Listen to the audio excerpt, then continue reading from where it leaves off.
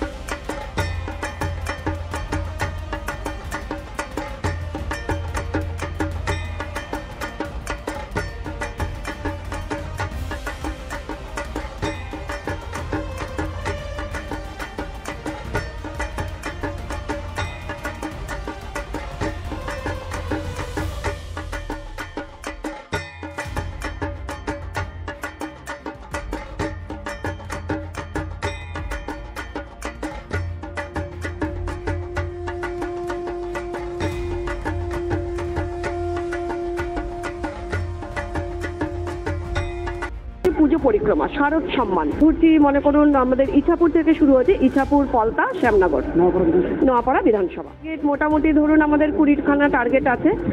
সাবজেক্টটা দিয়েছি আমরা সেরা প্রতিমা, সেরা প্যান্ডেল এবং সেরা পরিবেশ, যেখানে অনেকগুলোই আমরা যেমন হচ্ছে হরিসভা থেকে শুরু করে নেতাজি সংঘ, এখানে আপনার সেবাগ্রাম, বিভিন্ন আমরা মণ্ডপে গেছি। বিভিন্ন জায়গায় মণ্ডপ সজ্জা বা প্রতিমা মোটামুটি ভালোই হয়েছে।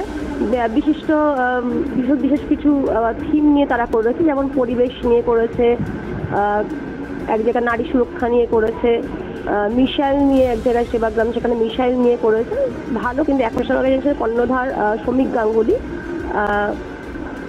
ওনার হাত ধরেই আমরা এই কার্যক্রমে ভর্তি হয়েছি এবং আমাদের এই সোশ্যাল অর্গানাইজেশনের বিভিন্ন কার্যক্রম চলছে।